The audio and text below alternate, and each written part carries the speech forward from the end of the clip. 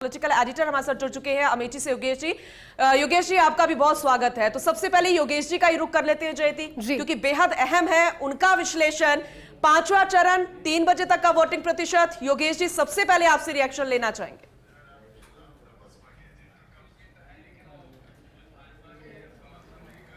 देखिए, ये चुनाव बहुत ही अलग चुनाव है और ख़ास तौर से रायबरेली, अमेठी, प्रतापगढ़, ये जो बेल्ट है पूरी, इसको हम अवध भी कहते हैं। इस अवध के अंदर बीजेपी को इस बार बड़ी चुनौती मिली है और सपा और कांग्रेस का जो अलायंस था, इस अलायंस ने भारतीय जनता पार्टी को एक तरह से कहा जाए तो पूरी तरह चाक चौबंद किया है कि कैसे फिर से इन इलाकों में वापसी हो। पहला एक बड़ा कारण तो ये रहा कि बीता जो विधानसभा चुनाव था, हम अमेठी की बात कर लें तो यहाँ पर भारतीय जनता पार्टी को बमुश्किल सीटें मिली और ये 2 सुरक्षित सीटों पर बीजेपी के उम्मीदवार जीते थे, सलोन और जगदीशपुर, और उसके अलावा सपा का यहाँ पर परचम रहा।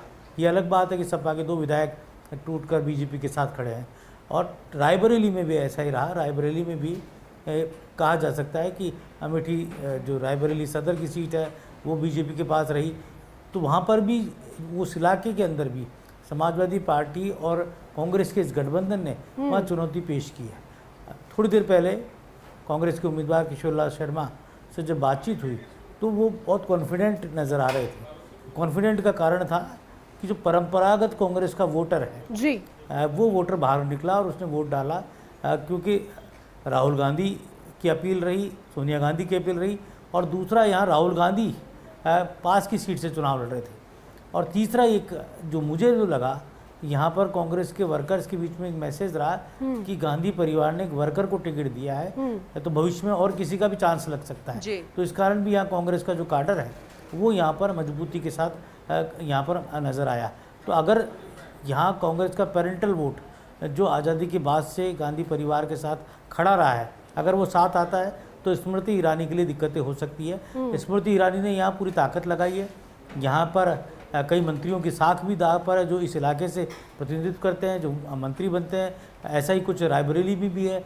जो बागवानी मंत्री हैं वो खुद दिनेश प्रताप सिंह, वो उम्मीदवार हैं वहाँ पर राहुल गांधी के सामने। पूरी तरह इस इलेक्शन की तस्वीर देश में एक राजनीतिक मैसेज देने का काम करेगी। अगर राहुल गांधी फिर से इस इलाके से प्रतिनिधित्व करते हैं, रायबरेली की तरफ आते हैं, वहाँ से अगर चुनाव जीतते हैं वो, तो एक एंट्री होगी फिर से यहाँ पर राहुल गांधी की उत्तर प्रदेश की पॉलिटिक्स में। तो अवध का इलाका, ये इलाका अपने आप में, यहाँ मोटे तौर पर जो 4 जातियाँ हैं उनके इर्द गिर्द पूरा चुनाव घूमता हुआ नज़र आया है। पहली बड़ी जाति है यहाँ पर ब्राह्मण, फिर दलित वोट बैंक यहाँ पर एक बड़ा वोट बैंक है, और मुस्लिम फैक्टर इन सभी सीटों पर गहराया हुआ है। बड़ी तादाद में मुस्लिम वोट है। अमेठी में तकरीबन 3 लाख से अधिक मुस्लिम वोट की तादाद है, जो अपने आप में बड़ा फैक्टर है।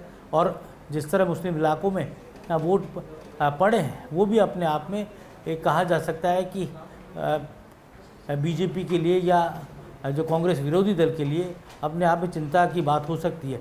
लेकिन राम मंदिर का मुद्दा, यूपी में योगी आदित्यनाथ का जो लॉ एंड ऑर्डर और बेहतरीन जो शासन अब तक देखने को मिला है, वो यहाँ पर चुनौतीपूर्ण है। और मतदाताओं के मन में अभी भी नरेंद्र मोदी के प्रति, योगी आदित्यनाथ के प्रति जो भावनाएं हैं, वो भावनाएं अगर पिछले लोकसभा चुनाव की तरह हिलोरे लेती हुई नज़र आई और वो लहर चलती हुई नज़र आई, तो यहाँ पर कहा जा सकता परिणाम दोहराए जा सकते हैं। बहरहाल यहाँ 3 फैक्टर जिनके आधार पर भारतीय जनता पार्टी ने यहाँ का पूरी चुनावी जो महिमा मंडन किया, वो 3 फैक्टर थे।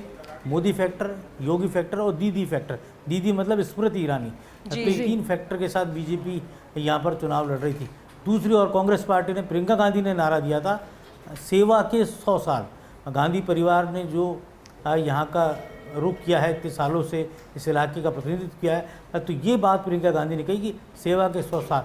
और उसके बाद जो एक मार्मिक संदेश सोनिया गांधी का आया कि वो क्यों चुनाव नहीं लड़ रही, क्यों वो अपने स्वास्थ्य कारणों से चुनावी समर में नहीं उतरी, क्यों राहुल गांधी को उन्होंने चुनावी समर में उतारा।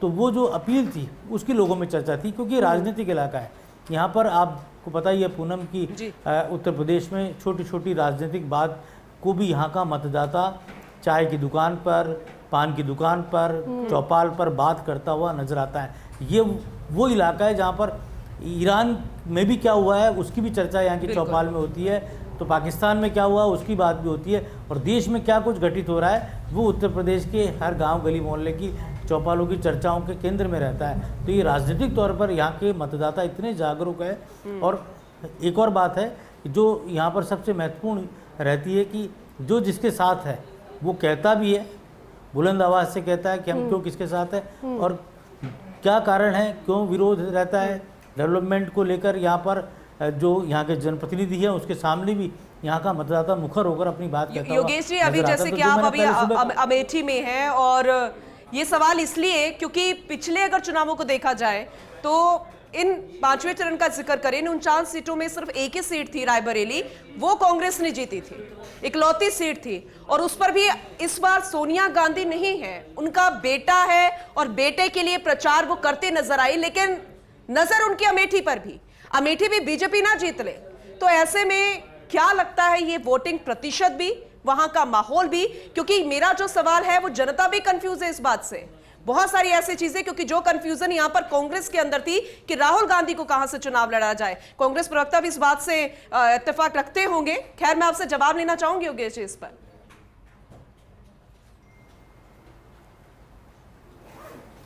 ये बात है पूनम, बहुत बेहतरीन सवाल आपने किया है। और जब ये बात आई थी कि सोनिया गांधी, क्योंकि 5 बार वो लोकसभा का चुनाव जीती और उत्तर प्रदेश की एकमात्र सीट कांग्रेस के खाते में गई, वो सोनिया गांधी गई। सोनिया गांधी यहाँ पर लोगों में अपने पति के ज़माने से पॉपुलर थी, वो राजीव गांधी के साथ यहाँ उन्होंने बहुत दौरे किए थे, तो यहाँ के लोगों को जानती थी, पहचानती थी, तो लगातार उनका संवाद यहाँ रहता था। अब सवाल ये था कि अमेठी से किसको टिकट दिया जाए। अमेठी से जब टिकट देने की बात आई, राहुल गांधी रायबरेली से चुनाव लड़ेंगे, और ये बात है कि प्रियंका गांधी को अमेठी से लड़ा दो, या राहुल गांधी को अमेठी से लड़ा दो, या प्रियंका गांधी को रायबरेली से लड़ा दो। लेकिन जब परिवारवाद दोनों एक जगह रहेगा और एक ही परिवार के 2 उम्मीदवार चुनाव लड़ेंगे तो बीजेपी हमला बोल सकती है। तो ऐसे में ये तय हुआ कि उस सिपाही को चुनाव लड़ाया जाए जिसने बरसों तक गांधी परिवार के प्रतिनिधि के तौर पर अमेठी रायबरेली में काम किया है। तो किशोरीलाल शर्मा को चुनावी समर में उतारकर एक चौंकाने वाला निर्णय कांग्रेस पार्टी ने किया। लेकिन ये निर्णय अब अपने आप में एक बड़ी चुनौती बीजेपी के लिए इस इलाके में बना है, क्योंकि किशोरीलाल शर्मा यहाँ का जाना पहचाना नाम और एक सरल और सहज अंदाज जो उनका इस इलाके के अंदर है, यही बड़ी चुनौती जो यहाँ की रूट्स को वो जानते हैं। तो यही कारण है कि राहुल गांधी एक तरफ रायबरेली, जहाँ उनकी माँ 5 टाइम्स MP रही, दूसरी और अमेठी से। लेकिन योगेश जी, ये कंफ्यूजन है, और जिस तरह से